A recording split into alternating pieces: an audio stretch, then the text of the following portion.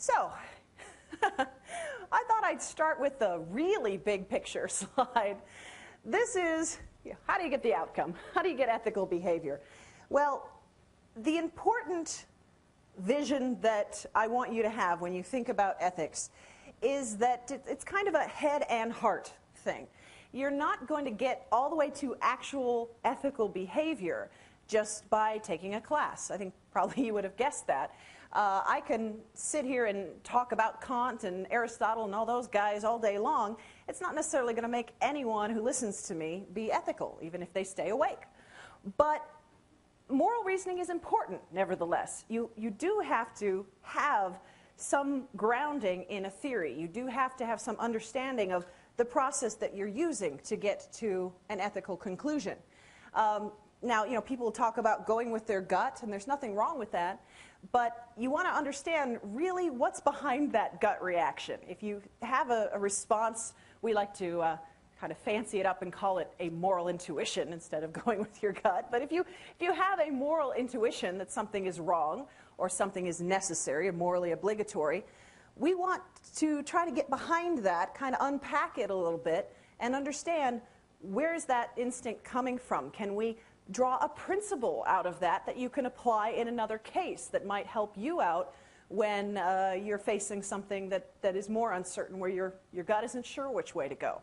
So the moral theory piece, which is where we're going to start the day, is hopefully somewhat familiar in, again, this instinctual sense, but some new material that you might find useful, tools, if you will, for you.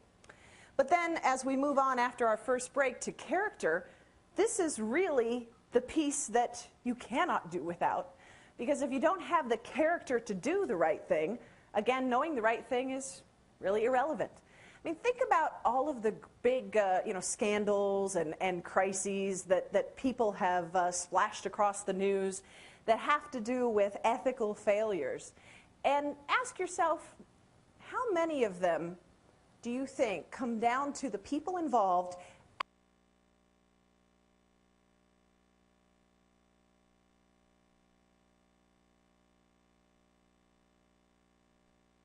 not knowing that their actions were wrong?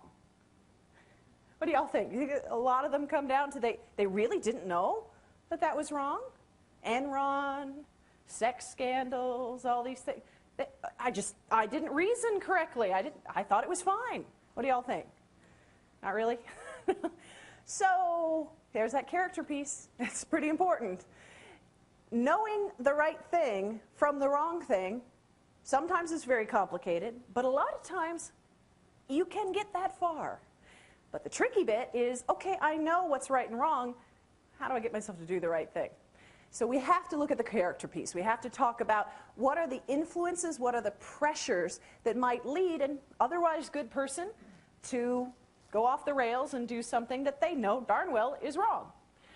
Or the other side of that is, what are the really dangerous, and I use that word, dangerous character flaws that people might have that you interact with, people you interact with might have these flaws that might negatively influence you and lead you to do something that is normally not in your character.